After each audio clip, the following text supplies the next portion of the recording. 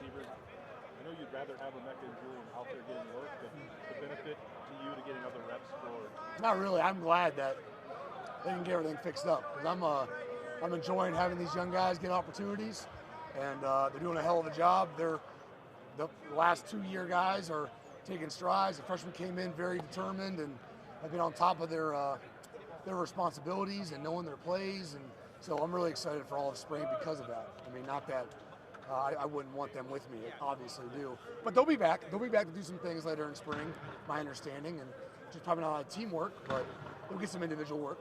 Talking about how that freshman group push the second-year guys. Have you already sort of seen that, whether it's going to work out? Yep, already seen it, but no different than when Mech and Marv and these guys came in behind Jackson and Julian and the whole class. It's no different. JB coming in and running against Garrett and making him run because JB, that's the one thing he does really well. So like the way that Mech would go after Garrett pushes him too. So we've had that consistency. I love seeing it so early on. Does the second group maybe need that? Everyone needs it. The reason why they're here is because they were looking for that. They're chasing the ones in front of them, and they are looking forward to the competition behind them. That's never going to change. And then hopefully we're having the same conversation about the guys next year about this class. So that won't change. Brian, the offense has been so dynamic since Coach Day's been here, since you've been here. So I know as offensive coordinator, you don't need to fix anything, but like, what are you looking to enhance? I know you guys probably want to get better at everything. But is there like 1 or 2 things you're looking to really enhance? You know, I think that there's always a level of consistency you can always continue to chase. I think that's one thing. And we have our ways of doing that. I think at times we probably felt maybe there was a lull here or there when things were going on, even last year. Trying to eliminate that. How to do that is what we're diving into and what we're trying to get done. But that's probably one thing that we're looking to enhance. Probably, you know, the amount of explosive plays is continue to be explosive. We have explosive players. We have explosive ideas. But the execution of explosive plays can be enhanced. You know, but I think at the end of the day, like you said, we've been very productive. But I do have a pride that there's still more meat on that bone. And frankly, we have not, you know, accomplished our goals the last 2 years. So that's easy to identify. We got to do that, and we got to play our part. What's it been like for you these first 2 days as offensive coordinator, first 2 practices? Has it been fun? Has it been a little bit of a whirlwind? Yeah, it's been a blast. I think that, you know, I love to, again, be able to reach more guys and talk to more guys and have a lot of wider reach. But I would say, yeah, I've enjoyed it, but on the next day. Like you were spending some time with the quarterbacks today, obviously more involvement than you would have had in the past. What is that like now, being maybe part of the evaluation process of this decision? Yeah, probably, you know, more the evaluation process. Coach Dennis does a great job, you know, and I think that, you know, the guys that help him, Coach Fish and everything, you know, inside the building and things like that. I'm not necessarily spending any more time there at all. I mean, I'll obviously probably be a part of the conversation as we eval and do all those things, try to identify what each guy does best and make sure we play to that. But that was nothing out of the norm. What do you feel like you can maybe add to that as a receivers coach? Is there something that you can add as far as your perspective on that? Yeah, I think perspective's key. I think perspective in everything's key. I think, you know, what we're trying to do and them understanding our trials and tribulations and then us understand what they're trying to do and then their trials and tribulations. I think perspective changes outcomes, mindsets change habits and change actions. So just giving guys perspective of what we're going through, maybe a nugget here and there, what motivates my guys, it's just being able to have more conversation, relate more to more guys, quarterbacks being one of those groups. Day has said he wants to be more of a CEO of offense and defense. Have you seen that so far in the first couple days of spring? Maybe a little. I would say that Coach Day is still Coach Day. We're elite because of what Coach Day brings to the table. So don't want to steer too far from what he's been continuing to do. So, but you know, I'm sure he has goals that he's trying to accomplish through spring. And we all each have individuals. We have offense and defense. We have team goals. All those things. I'm sure there's things he identified he wanted to do better. He's probably trying to do that first day of spring. But his energy and what he brings to the table offensively will never change. I don't know. You guys went on some tangent about punt returning the other day. I didn't know where that came from. Like he caught one punt, and you guys were like, "Oh, he's the starter." I was like, "Wow, it's really spring ball." You can tell. So, what do I think about Marvin catching punts? Yeah, he can do anything you want him to do. I think a lot of guys can do a lot of things if we want them to do it, but we're going to try to identify the best guy to do it. I mean, can he do kickoff returns too? Probably don't want to do that. So, again, just a total eval. All kidding aside, we want to build a good depth of guys because it's amazing how quick you get a guy tweaked, or now we have a shoulder, he's not back there. Like, he's playing receiver, he's not going back there to catch punts. So you got to make sure you have a good depth of guys. And that's a great opportunity for young guys to get reps. But when you have maybe you got to have a situation, he may be one of those guys that would be on that list. When you look at Marv, he didn't get the Blitzenkopp last year. He's not kind of afraid to share that he thinks he should have gotten. Yeah, I mean, anybody that has two eyes could have saw he should have got that. So when you see a guy that's already that good, getting ready for another season, how much better can he be? Oh my gosh, so much better. I mean, does he want to be, an old head or an old veteran compared to who? Like the 18-year-old? Or is he comparing himself to Justin Jefferson, Devontae Adams? I mean, perspective is, I don't even know how you would think anything otherwise besides the things he's trying to chase is not amateur and on a smaller level like, college football. I mean, I think his goals, like a lot of our guys, not just him, it's not sheltered at college football. I think he has perspective and wants to chase his dad. So the small-mindedness, I don't think really Marvin has ever possessed that. He's always been pushed to think big, and I think he's probably doing that.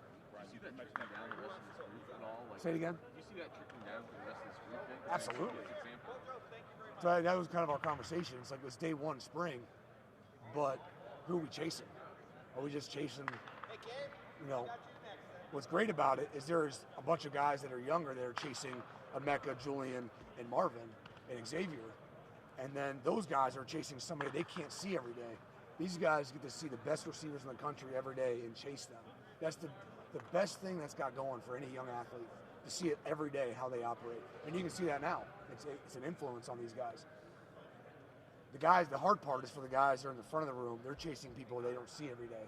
Now they work every day. So they've got to play with an imagination. And I think they're doing that. Brian, you mentioned that second group of receivers, the extra reps they're getting now with Emeka and Julian. What do you want to see from them this spring to take full advantage of? I mean, there's a lot. I mean, we didn't get a lot of reps at receiver during Saturdays, so there's a lot of things they got to prove and show. I don't think any box has been checked. So anything it takes to be a receiver at the highest level, to be one of the top returning receivers every year, to be one of the best in one of the best rooms in the country, we've got a lot of things they still need to show. So there's really no box that's been checked. Brian, what do you see from Xavier Johnson in terms of where he was at last year and where he's at now? Xavier's awesome. The growth he's had over the last 12 to 18 months has been awesome. A true offensive weapon. I mean, his ability to be an elite receiver and also go in the backfield and carry the football, pick up protections. I mean, there's so many things that young man brings to the table, let alone special teams. Like, to me, he's going to play football for a long time, barring health. That's now you're seeing the white lines. Outside those white lines, he is a great young man. I mean, Cam Babish. I mean, that's what I was thinking. Cam Babish is an amazing young man. That's just, he's created a standard. Everyone kind of knows that. X is in line with all that, just with the rest of some other guys too. But big man of faith, great leader with the young guys, willing to speak up. The future's bright for Xavier, in my opinion. What's been your impression of the quarterbacks? What's that? What's been your impression of the quarterbacks? They're competing. They're going against each other. We're not shy about it. Whether it be in rope pools in the winter or whether it be period to period, they're competing and they're doing a hell of a job with it. Now, the ability for them to still coach each other and hold each other accountable, done a good job with that. Sometimes when you're competing, it's hard to be a good teammate. That's just the reality of it. But they're still being great teammates, and they're going every day. They're trying to put their best foot forward, and that's been evident.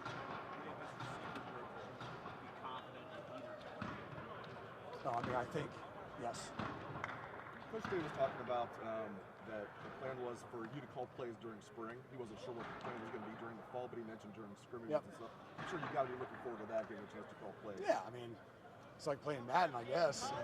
So yeah, the more I can continue to be involved and grow, I'm excited about that. It's kind of been the whole path through sports in general. But we'll see how it all plays out. Jaden Ballard, I want to ask about him. A lot of fans ask about him. He's entering his third year now. Obviously, he's got some good guys ahead of him. But what does he need to do, in your opinion, to see the field this year? I would say Jaden, his play speed's got to continue to grow. Got some of the best hands on the team. His route's got to continue to grow. His body language has continued to grow. The game within the game's got to continue to grow. There's still a lot of growth there, but he literally is just he has not taken steps back. Where some guys take a step forward, 2 steps back. He hasn't done that. He's continued to grow and get bigger, and now he's over 195 pounds, and he's running fast and great ball skills. We just got to make sure the whole totality of being a receiver continues to grow, because at the end of the day, I'm going to pull a guy off the field to put you on. You got to do what he does. I mean, I'm not going to pull the left tackle off and put the next guy in for everybody to feel good. So you got to be able to do that. And if he's deserving of that, he'll be out there. And that goes for any position. You got to make sure there's not a fall off if you're going to get opportunity to be on the field on Saturday, not because of the coaches, but because you owe it to your peers. And that's just the reality of sports. So he's continued to do that. He's shown every sign that he's going to get that accomplished at some point. So. Will Rogers, pretty impressive physically. Just how did he do this winter leading into the spring? You know, I think the freshmen as a whole have a seriousness about them. They have a purpose about them. They know their plays. They find ways to put the good things on film. They have a high standard, so we got to work on not getting down on ourselves at times, because they do have a high expectation, which is good. But there's got to be a fine balance. But the whole group has done a great job, and Noah especially has done a great job. Why did you like him so much in a recruiting standpoint? Because he's a good football player. No, I'm kidding. He's a great. If you ever get a chance to, you guys obviously haven't met Noah. Noah is a great individual. I mean, I don't know if there's one person that asked about my family more through recruiting than Noah Rogers. I mean, he's compassionate. He has a high GAS. You guys use that factor? All right. I mean, he just really has the ceiling that's, not calculable. He can be that good. It all comes down to what kind of work he puts in. But again, he shows every bit he wants to put the work in. So great young man. When you look at the spring ahead of you, what are you kind of hoping to grow at? Everything I do is always new, I feel like. So everything. There's not really one thing at this point that I would call myself an expert at. So I'm gonna continue to grow everything. How do you balance, as the OC, trusting the assistants below you and giving them space to coach, and then also being the overseer? That's easy. I mean, I'm surrounded by elite coaches, so any kind of confidence I have is stemming from them. To be surrounded. If I'm a quarterback, I'm going to be very, very confident because of the offense that we have, the personnel that we have around me, the coaching around me. That's the confidence he should have. I have that kind of confidence. The players we're able to coach, the staff around me, Coach Day, all that. So, to me, I just got to be myself. And then if I get too far off the tracks, I expect somebody to put me back, and then we just keep going forward. Marvin seems like the same kid he was when he was being recruited. I mean, he's got a Hall of Fame father. He's become a superstar here. How does he stay so grounded? That's just how he is? I think the chase he's on, he's nowhere near where he wants to be. So in his mind, he doesn't know what everybody's celebrating. So you guys are celebrating, but he's not. He's still on that same chase. So that would be my assumption. That's probably a good question for him, but him and the others. I mean, I don't know if Mech's changed. Julian hasn't changed a whole lot. He's grown a lot. They've all grown a lot, but I wouldn't say anybody's really changed. So I think that the chase that they're on is probably the biggest factor. Is there an area for him you think he could grow and really develop, or that's a targeted area with the sprint ball? Yeah, I mean, I think that, the more situations he can get put in, the more he can learn. There's things that happen that he hasn't experienced yet. He is big, he is strong, he is fast, but to do that and get bigger, stronger, and faster and maintain and play in the fall, a little stronger, a little faster, a little more consistent, that's what it's all about. I mean, it's not like he doesn't know how to run around. It's not like a Mecca does not, or Julian or Xavier. It's can we do it stronger, faster, with more anticipation, more consistently. That's what we're chasing. It's not the ability to, it's more the how often conversation. So, and how fast and how good. So he's chasing that. His growth, be able to carry more speed through breaks, to stop even faster, to stop cleaner, to make every contested catch. If our catch percentage is 92%, I want to be 93, on targeted balls. There's always an ability to grow. And I think, again, it's a little harder to find the inches Some people are looking for feet of growth. He's looking for inches. What was your reaction to James coming back, Leonidas? I think it was good for the players. I think having guys like him and his makeup, regardless of being a good player or not, the way he operates, the way he communicates, the way he is as a father, the way he is, with his church and being a faith, like he's a great role model. I think he's going to relate well. I think the guys will listen early on because of the track record, but what he does after that conversation starts is what it's all about, right? So, but for the Buckeyes and for the players currently here, a blessing for them. You'll make them better. I think so. Brian, Caleb Brown's over there talking about making that transition from high school running back to receiver, how different he feels. How have you seen him, I guess, morph into more of a receiver than a running back? Yeah, we're on the same page. I think he knows that transition. I think that there is, just the things you do at running back that's different at receiver. The scope of the game, feeling space, having anticipation, understanding, coverages. There's just so much to that takes time. And, I think that he's definitely putting in the work to get that done. But it's not about, if he can do it. I know he can. It's just when. So the chase is to get that done as fast as possible. Yep. Brian, you've been on a lot of football teams in your past before you became a coach. How important is it to find that starting quarterback as soon as possible? I mean, does it make a difference? I don't know. I think we're getting a lot of good work. I don't think, especially not now, it's definitely not a rush. I think that,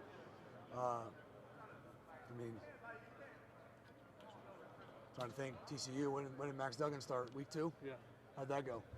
So I think that it's always good to build chemistry, but I think we do that in all that we do, not just X's and O's running plays.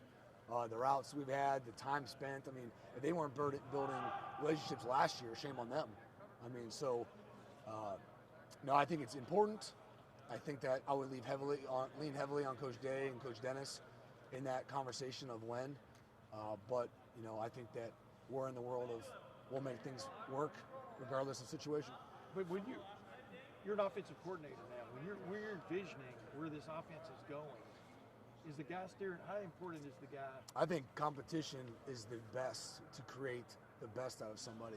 So the longer we can have competition, the higher the demand, the more stress, the better the outcome. And as you see these two, well, we take the prime combatants, or Kyle and Devin, for the starting job, obviously. As you see these guys, what is your take on where they can take this offense? Meaning, some people think there's going to be a drop-off this year losing CJ. Some people, you know what I mean? What is your sense of the talent you've got on hand in that regard? Well, I think they said the same thing when CJ took over. Yeah. I'm pretty sure. So I'm not really concerned about that. No, but we have great players, Yeah. and the offense is going to be great, and it's going to be geared for our players that are playing on Saturdays, just like it was different with Dwayne and then Justin and then a little different with CJ, and it'll take the mold of the best players we have, and that's what good coaches do. So whoever wins that spot, we're going to make sure the offense fits the players. Yeah. But my point, I guess what I'm saying is we don't get to watch these guys every day like y'all do. I know. Do you see two elite guys? Are those two guys elite in your opinion? Yes, they're all elite. Yeah. Yep. And what defines that in your mind? What defines that? Well, everyone has the capabilities of being elite. No one's elite until they are elite. So I don't just pass out, awards before they're earned. Yeah. So, everyone, did Marvin be elite? Sure. Could Mech? Sure.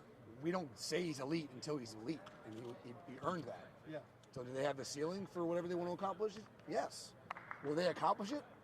It's on the collective. It's on him. It's on them. It's on us. It's on the collective to get that accomplished. Brian, you're Caleb Burton that got banged up on Tuesday. Do you know if you're going to have him the rest of the spring? Day to day, I have no idea. Day to day. What do you think of Devin wearing the 33? I think it's kind of cool that he's giving a shout out to Sammy Baugh. Really? History, first quarterback ever inducted into the Hall of Fame. What do you think of him wearing the 33?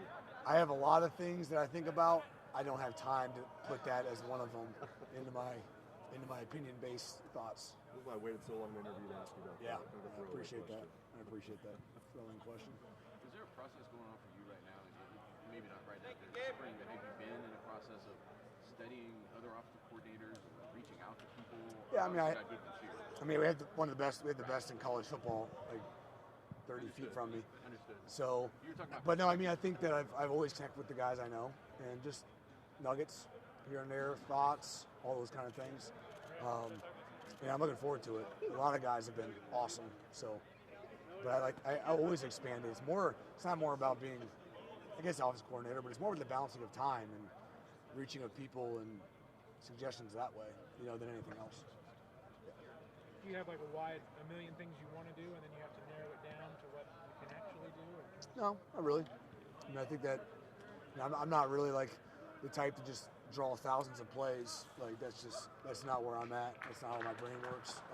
The things we do, I want to do it at a very, very high level, and with extreme, efficiency, and provide advantage to the players as much as possible based on the plays.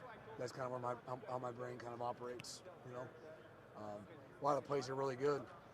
If he's not good because it's press man and we're not good versus press, well then just move the guy.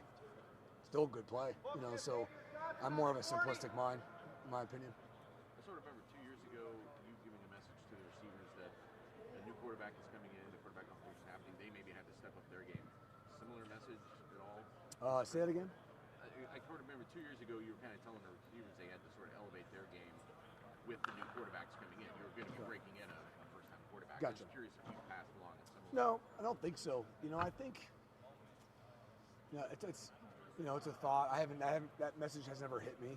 I think that there really is a really good connection. I think that the difference here, in my opinion, is that the receivers are now the older guys, but they've kind of been around each other a lot.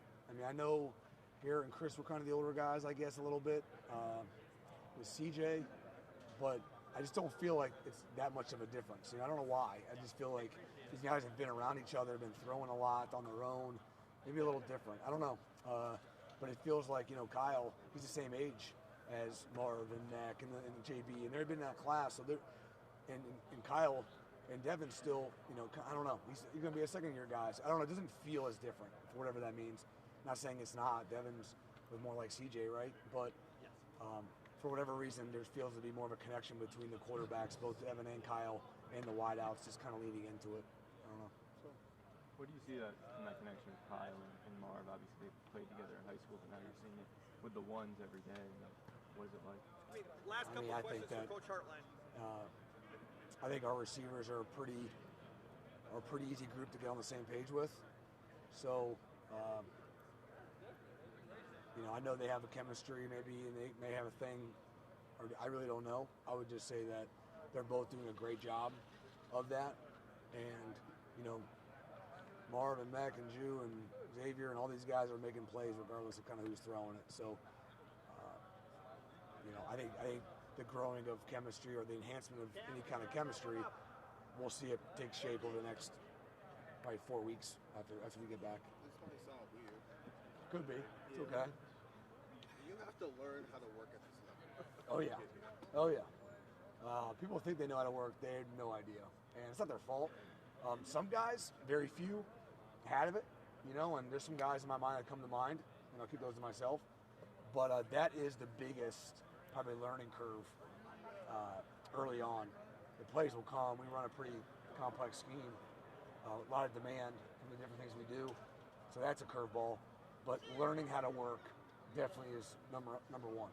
Is there a window where when do you usually see that click? Yep. And is there a window when you go, if it hasn't clicked by now, the light's probably not on? Yeah, I mean, maybe I think guys kind of get it, a little bit, and if they don't get it, then it's probably not going to work out here, But, I would say, that's kind of something